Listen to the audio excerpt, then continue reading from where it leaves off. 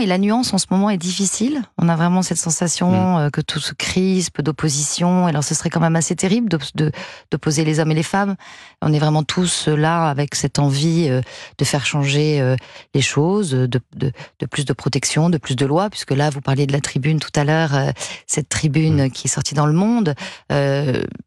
Ça a été lancé par le cinéma, par l'affaire Weinstein, cette vague MeToo, moi aussi, dans cette idée de prise de conscience. Et puis ça s'est décliné dans le sport, maintenant partout, parce que dans cette une du Monde, on voit bien que c'est aussi l'inceste, l'hôpital, l'armée, l'église, enfin voilà. Et on l'a vu. Et c'est très...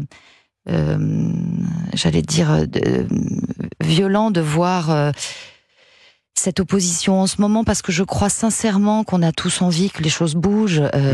C'est Meryl Streep, je vais faire une comparaison, mais c'est Meryl Streep qui ce soir va ouvrir donc la cérémonie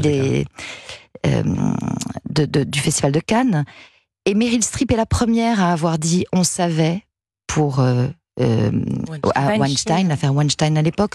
On le savait, et on ne veut plus avoir à dire on le savait. Il faut que les choses changent, qu'on mette des garde-fous, qu'on trouve et puis changer le rapport de force, changer. Enfin, c'est tout un système aussi aujourd'hui sur les violences sexuelles.